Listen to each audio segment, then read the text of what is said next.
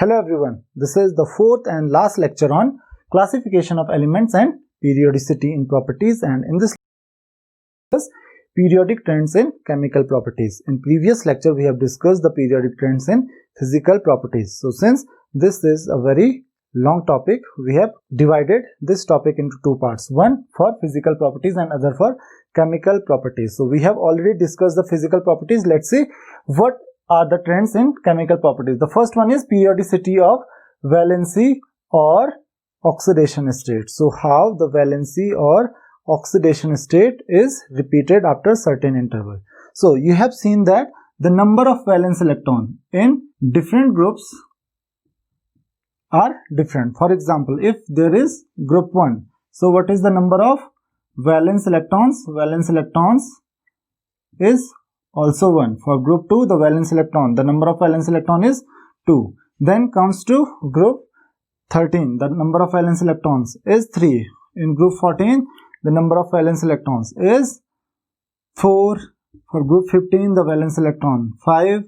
For group 16, the number of valence electrons is 6. For 17, it is 7. So this is how the number of valence electrons are repeated after certain interval. So for a particular group, the number of valence electrons is same. That is, for first group it is 1, for second group it is 2, for 13 it is 3, for 14 it is 4, and so on. Now if we talk about the oxidation state or valency, so oxidation state shown by different elements is different. For example, common oxidation state or the elements of first group, these are also called alkali metals. So alkali metals show the oxidation state of +1.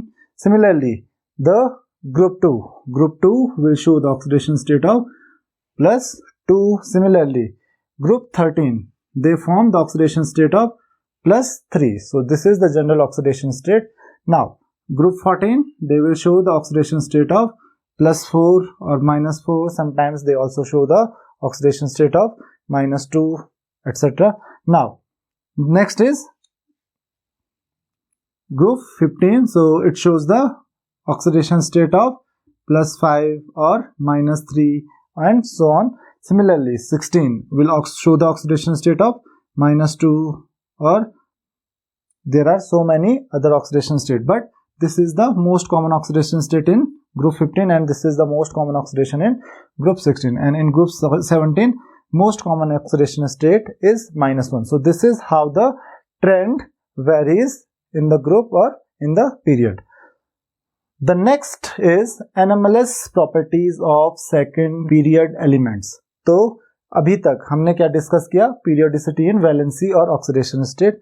तो valency या फिर oxidation state किस तरीके से very करती है किसी group या किसी पीरियड में, ये आपको पता चल गया. अब ऑक्सीडेशन स्टेट की जहां तक बात करते हैं हम, तो ऑक्सीडेशन स्टेट, उसके लिए हमारे पास एक कंप्लीट चैप्टर है रिडॉक्स रिएक्शन. तो वहां पे हम ऑक्सीडेशन स्टेट को डिटेल में समझेंगे कि ऑक्सीडेशन स्टेट का एक्चुअल मीनिंग होता क्या है. फिलहाल आप ऑक्सीडेशन स्टेट को वैलेंसी से कनेक्ट कर सकते हो. द नेक्स्ट, मैंने जैसे कि आपको बताया कि एनामेलस प्रॉपर्टीज, तो एक टर्म आ रही है यहाँ पे एनामेलस. एनामेलस का मतलब होता है स्ट्रेंज, मींस जो आप एक्सपेक्ट नहीं करते हो, कुछ इस तरीके की प्रॉपर्टीज. और ये प्रॉपर्टीज कौन शो करते हैं? Second period elements. तो ये पीरियड की ही, पूरी पीरियड की प्रॉब्लम है. मतलब जो सेकेंड पीरियड में जितने भी एलिमेंट्स हैं, तो सबसे पहले बात करते हैं कि एलिमेंट्स कौन कौन है सेकेंड पीरियड में. तो वो है सेकेंड पीरियड में जो एलिमेंट्स हैं वो आता है सबसे पहले लिथियम, उसके बाद आता है बेरिलियम, देन आता है बोरॉन, उसके बाद आता है carbon, then nitrogen, oxygen and fluorine. तो ये एलिमेंट्स जो हैं, इनका जो बिहेवियर होता है, स्पेशली केमिकल बिहेवियर की हम बात करें, तो ये बहुत अलग होता है इनके ग्रुप के बाकी एलिमेंट से. मान लेते हैं ये फर्स्ट ग्रुप में आता है कौन? लिथियम. ये सेकंड ग्रुप में आता है, ये 13 ग्रुप में आता है, 14, 15, 16, 17, 18 ग्रुप की हम बात नहीं करेंगे क्योंकि हम अभी केमिकल प्रॉपर्टीज की बात कर रहे हैं. तो ये हमारे पास एलिमेंट्स हैं डिफरेंट ग्रुप्स में. तो ये अपने ग्रुप के बाकी के एलिमेंट से थोड़ा सा डिफरेंट प्रॉपर्टीज शो करते हैं. तो कुछ प्रॉपर्टीज बहुत अलग होती हैं इनकी बाकी के जो एलिमेंट्स हैं इनके ग्रुप के. फॉर एग्जांपल अगर हम लिथियम को ही ले लें, तो लिथियम क्या होता है? बहुत हार्ड होता है. इसके बाकी के एलिमेंट्स जो होते हैं ग्रुप के, वो क्या होते हैं? काफी सॉफ्ट होते हैं. उसके अलावा जो केमिकल प्रॉपर्टीज होती हैं कि लिथियम जो है वो कोवेलेंट कंपाउंड्स फॉर्म करता है जनरली, जबकि बाकी के एलिमेंट्स आयोनिक कंपाउंड्स फॉर्म करते हैं। तो बहुत सारी प्रॉपर्टीज हैं जो बहुत ही ज्यादा डिफरेंट है, तो अलग सी प्रॉपर्टी ये शो करते हैं। स्ट्रेंज मतलब जो आप एक्सपेक्ट कर रहे हो वो प्रॉपर्टीज शो नहीं करते हैं। तो ये सेकेंड पीरियड में ही होता है। अब क्वेश्चन ये आता है why the elements of second period show the anomalous behavior or anomalous properties. So there are basically three reasons for that. The first reason is very small atomic size. You know that the atomic size of second period elements is very small as compared to the other elements of the group. आपको पता है down the group आप जब भी जाते हो तो atomic size क्या होता जाता है, इंक्रीज होता जाता है due to increase in the number of shells. But in second period there are only 2 shells, so therefore the size of the atom will be very small as compared to the other elements of the group. So due to that the element will show anomalous properties. Now the next is high electronegativity. So you know that the electronegativity decreases down the group. Electronegativity जो होती है वो top to bottom क्या होती है, decrease होती है. और क्योंकि electronegativity top to bottom decrease होती है, ये तो टॉप में आता है, सेकेंड पीरियड में ये आते हैं, तो जो बाकी के एलिमेंट्स होंगे इनके पीरियड्स के वो कम इलेक्ट्रोनेगेटिव होंगे, जबकि ये हाई इलेक्ट्रोनेगेटिव होंगे. इनकी इलेक्ट्रोनेगेटिविटी जो होगी वो हाई होगी as compare to the other elements of the group. And third reason, there are 3 most basic reason, that is absence of d orbital.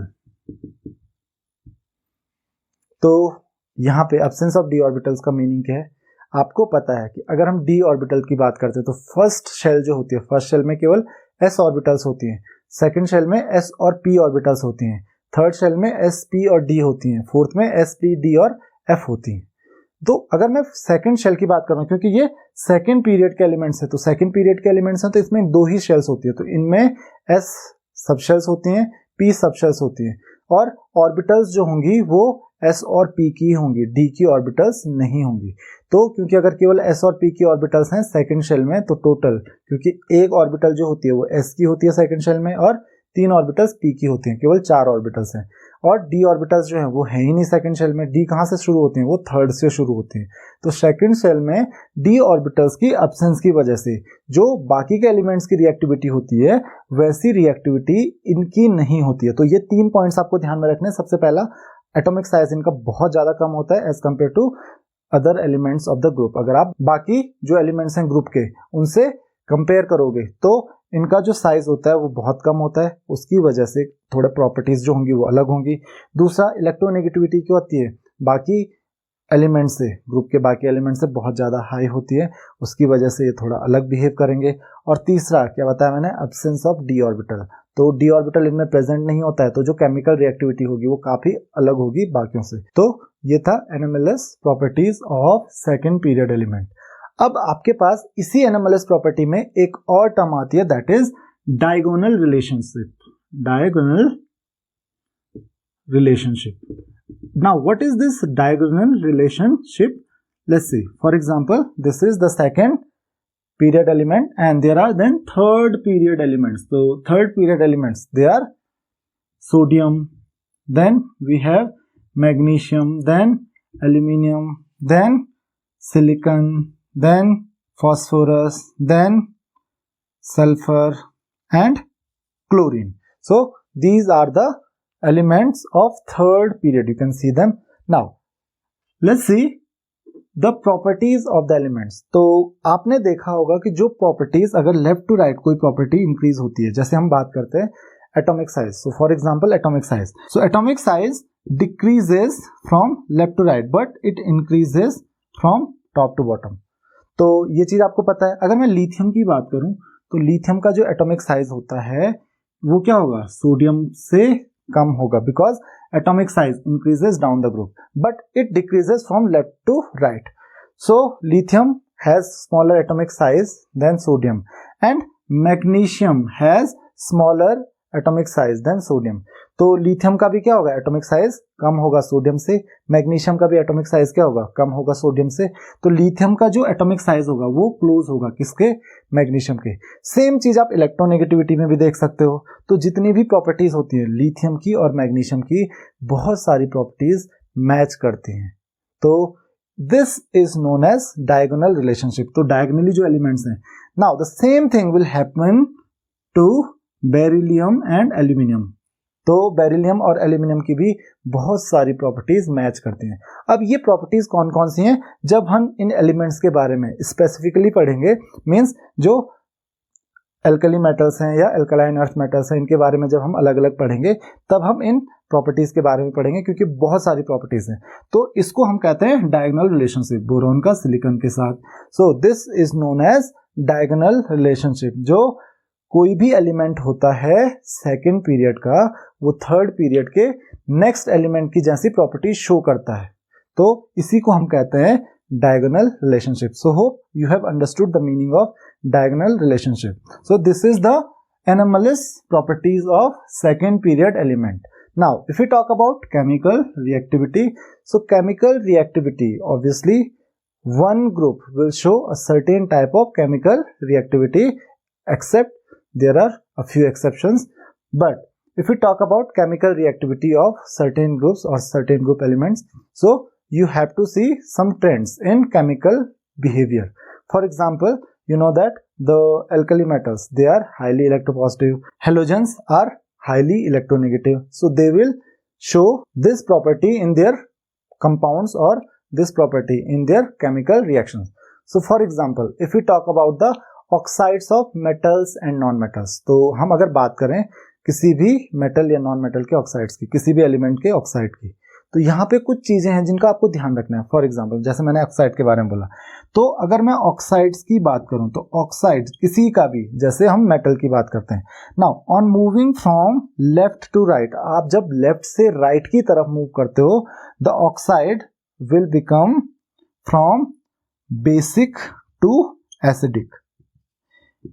Left में बहुत ज्यादा बेसिक कैरेक्टर होगा, लेफ्ट मतलब मेटल के, तो मेटल्स के जो ऑक्साइड्स होंगे वो बहुत बेसिक होते हैं जनरली, जबकि नॉन मेटल्स के जो ऑक्साइड्स होते हैं, इधर लेफ्ट में आपके पास होते हैं मेटल्स और राइट में आपके पास होते हैं नॉन मेटल्स। तो जब आप लेफ्ट टू राइट मूव करते हो, the oxides become basic to acidic. Similarly when you move from top to bottom, तो top to bottom metallic character क्या होता जाता है, इंक्रीज होता जाता है। So they will become less basic to more basic. So down the group, ध्यान रखना, down the group basic strength बढ़ेगी, किसकी, ऑक्साइड्स की। लेफ्ट टू राइट अगर आप मूव करोगे तो एसिडिक स्ट्रेंथ बढ़ेगी या बेसिक स्ट्रेंथ कम हो जाएगी ऑक्साइड्स की। For example, if you talk about oxide of sodium, तो यहीं पे देख लेते हैं, जैसे सोडियम मैग्नीशियम वगैरह हैं, तो Na2O सोडियम का ऑक्साइड है, then MgO, then Al2O3, then there is SiO2 और भी हैं, जैसे P2O5, then SO2। तो लेफ्ट टू राइट जब आप मूव करोगे तो एसिडिक स्ट्रेंथ जो होगी वो बढ़ेगी। तो ये जो होता है कौन, सोडियम ऑक्साइड, सोडियम ऑक्साइड क्या होता है, बेसिक होता है। Now if you talk about aluminium oxide, तो aluminium oxide is amphoteric. Aluminium oxide क्या होता है, एम्फोटेरिक होता है। Similarly if you talk about P2O5 और SO2, these are acidic oxide. तो आपको साफ साफ पता चल रहा है, जैसे जैसे आप सोडियम से मैग्नीशियम, यहाँ देखिए sodium magnesium aluminium silicon phosphorus sulphur and so on chlorine, तो यहाँ पे आपको ट्रेंड क्या देखने को मिल रहा है कि लेफ्ट टू राइट ऑक्साइड्स की बात करें तो बेसिक से वो एसिडिक की तरफ जाएंगे, और टॉप टू बॉटम अगर टॉप के बेसिक हैं तो वो और ज्यादा बेसिक होंगे, और अगर एसिडिक होंगे तो धीरे धीरे कम एसिडिक होंगे, और इन दी एंड वो बेसिक होते जाएंगे। सो this is the trends in oxide. You can see the same trend in hydroxides also. So if we talk about hydroxide of sodium, NaOH, so NaOH is basic in nature, so sodium hydroxide is basic in nature. Now if you will move from left to right, for example MgOH whole twice, so it is less basic than sodium hydroxide, so magnesium hydroxide is weakly basic. Now if we talk about AlOH whole thrice, so it is amphoteric. Now aluminum hydroxide is amphoteric, then SiOH whole 4, then so on. So these next compounds will be slightly acidic, then more acidic and so on. तो आपको ये चीज पता चल गई कि जब आप लेफ्ट से राइट की तरफ मूव करोगे तो जो हाइड्रोक्साइड्स होंगे वो भी बेसिक से कम बेसिक होंगे, देन उसके बाद और एसिडिक होते जाएंगे. तो ये कुछ ट्रेंड्स हैं जिनके बारे में आपको पता होना चाहिए, जिनके बारे में आपको ध्यान रखना है. सो ये केमिकल रिएक्टिविटी के बारे में भी था. तो ये जो केमिकल प्रॉपर्टीज हैं ये आपकी बहुत ज्यादा काम आती हैं जैसे आप जब इनऑर्गेनिक केमिस्ट्री पढ़ते हो. तो जनरली आप देखोगे तो इस चैप्टर का जो वेटेज है डायरेक्टली इस चैप्टर से क्वेश्चंस बहुत कम पूछे जाते हैं. लेकिन इस चैप्टर में आप जितना कुछ आप पढ़ते हो, आप इसके बाद आप इनऑर्गेनिक केमिस्ट्री पढ़ो तो इनऑर्गेनिक केमिस्ट्री में आप एस ब्लॉक पढ़ते हो, P block, D block, F block, then आप ऑर्गेनिक केमिस्ट्री पढ़ते हो तो वहां पे ये सारी प्रॉपर्टीज जो हैं वो आपको यूज करनी पड़ेगी. ऑक्सीडेशन स्टेट की आप बात कीजिए या जो फिजिकल प्रॉपर्टीज में जो पीरियोडिक प्रॉपर्टीज होती हैं उनके बारे में, या फिर ये जो रिएक्टिविटी है तो ये आपके कहीं ना कहीं वहां पर काम आती है. तो इसीलिए इस चैप्टर की इंपॉर्टेंस बहुत ज्यादा है. भले ही इस चैप्टर से डायरेक्ट क्वेश्चन ना पूछे जाएं, लेकिन अगर आपको कॉन्सेप्ट्स अपने क्लियर रखने हैं तो this chapter is very important for us. In the end of the lecture, there are a few questions for you. So you have to arrange these elements according to the instructions given in brackets. For example, the first, you have to arrange these ions in increasing order of ionic size. You have to arrange these atoms in increasing order of ionization enthalpy. These elements or these ions according to decreasing order of ionic radii. These elements according to increasing order of first ionization enthalpy. The first ionization enthalpy is the amount of energy required to remove an electron from outermost shell of an atom. Now, the last is these elements. These elements, you have to arrange these elements according to increasing order of electronegativity. So give me the answer of these questions in comment section. This is all in this lecture. If you have any queries, you can ask your questions in comment section. Thank you very much.